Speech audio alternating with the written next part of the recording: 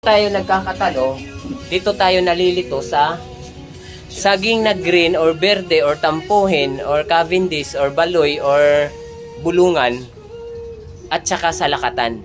Doon nagkakalituhan kasi halos magkaparehas yung hugis ng tundan at saka yung berde na saging.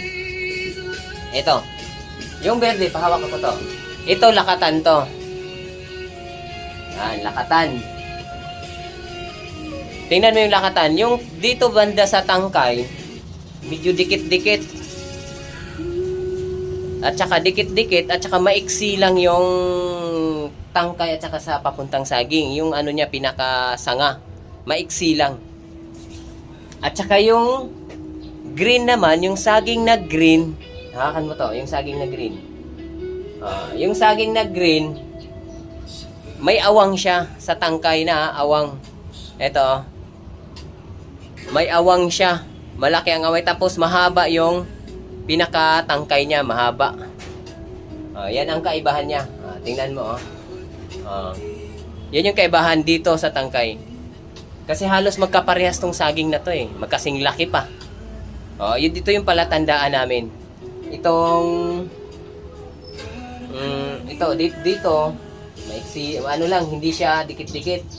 Ay, dikit-dikit siya. Tapos dito, patingin, hiwalay-hiwalay, medyo may awang. At saka mahaba yung ano niya, tangkay. Mahaba. Ayan. Yan ang kaibahan ng lakatan at saka sa saging na berde. 4 na klase ang meron tayo ngayon dito sa bodega. Yan.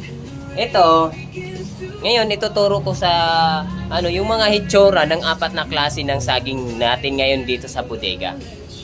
Ito, saba. Ang hugis niya, ito, nalalaga. Ayos naman, kilalang-kilala natin yung saba. Ito, saba. Pag ganito ang itsura, saba yan. Tapos, ito ang tordan. Maliliit siya. May malalaki naman din dito. Maliliit siya na ganito ang itsura niya. Tundan. Tsaka ito naman yung lakatan. Dito tayo sa tordan, madali lang siyang kasi maliliit lang yung tordan eh. Tundan, maliliit. Ang saba naman, iba naman din ang hugis niya. Green siya pero iba ang hugis niya, matataba na malalaki na kwadrado. Kwadrado yung saba. Tapos ito, maliliit ang tundan. Maliliit. Dito